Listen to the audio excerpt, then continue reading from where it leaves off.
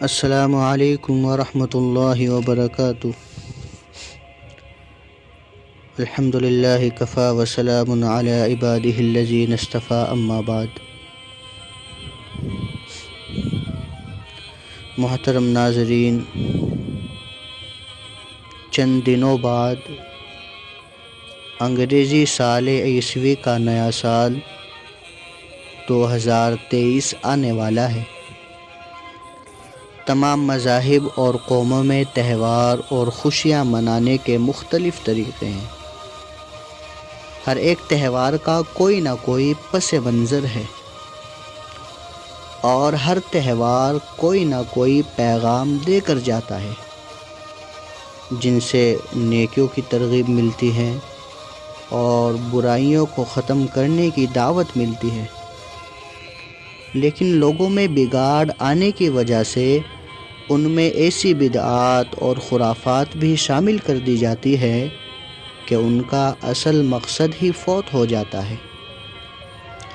جیسے جیسے دنیا ترقی کے منازل طے کرتی گئی اور مہذب ہوتی گئی، انسانوں نے کلچر اور آرٹ کے نام پر نئے جشن اور تہوار وضع کیے ہیں۔ انہی میں سے ایک نئے سال کا جشن ہے۔ دراصل یہ نئے سال کا جشن عیسائیوں کا ایجاد کیا ہوا ہے۔ عیسائیوں میں قدیم زمانے سے نئے سال کے موقع پر جشن منانے کی روایات چلی آ رہی ہے۔ اس کی ایک وجہ یہ بتائی جاتی ہے کہ ان کے عقیدے کے مطابق 25 دسمبر کو حضرت عیسیٰ علیہ السلام کی پیدائش ہوئی۔ اسی کی خوشی میں کرسمس ڈے منایا جاتا ہے، جس کی وجہ سے پوری دنیا میں جشن کی کیفیت رہتی ہے، اور یہی کیفیت نئے سال کی آمد تک برقرار رہتی ہے۔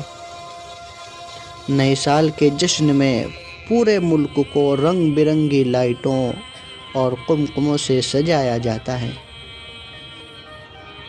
اور 31 دسمبر کی رات میں 12 بجنے کا انتظار کیا جاتا ہے، اور 12 بجتے ہی ایک دوسرے کو مبارکباد دی جاتی ہے، کیک کاٹا جاتا ہے، ہر طرف ہیپی نیو ایئر کی صدا گونجتی ہے، آتش بازیاں کی جاتی ہے، اور مختلف نائٹ کلبوں میں تفریحی پروگرام رکھا جاتا ہے۔ آج ان عیسائیوں کی طرح ہم بھی نئے سال کے منتظر رہتے ہیں، اور 31 دسمبر کا بے صبری سے انتظار کرتے ہیں۔ ہم نے اپنے اقدار روایات کو کمتر اور حقیر سمجھ کر نئے سال کا جشن منانا شروع کر دیا ہے، جبکہ یہ عیسائیوں کا ترتیب دیا ہوا نظام تاریخ ہے۔ ہمارا اپنا قمری اسلامی نظام تاریخ موجود ہے، جو نبی اکرم صلی اللہ علیہ وسلم کی ہجرت سے مربوط ہے، لیکن افسوس تو یہ ہے کہ ہم میں سے اکثر کو اس کا علم بھی نہیں ہو پاتا۔ آج ہم نئے سال کی آمد پر جشن مناتے ہیں۔ کیا ہم کو یہ معلوم نہیں کہ اس نئے سال کی آمد پر ہماری زندگی کا 1 سال کم ہو گیا ہے، 1 برس کم ہو گیا ہے؟ عزیزو، زندگی اللہ تبارک و تعالیٰ کی طرف سے عطا کردہ ایک بیش قیمتی نعمت ہے، اور نعمت کے کم ہونے پر خوشی نہیں منائی جاتی، بلکہ افسوس کیا جاتا ہے۔ نیا سال ہمیں دینی اور دنیاوی دونوں میدانوں میں اپنا محاسبہ کرنے کی طرف متوجہ کرتا ہے کہ ہماری زندگی کا جو 1 سال کم ہو گیا ہے، اس میں ہم نے کیا کھویا اور کیا پایا۔ ہمیں عبادات، معاملات، اعمال، حلال و حرام، حقوق اللہ، حقوق العباد کی ادائیگی کے میدان میں اپنی زندگی کا محاسبہ کر کے دیکھنا چاہیے کہ ہم سے کہاں کہاں غلطیاں ہوئی ہیں۔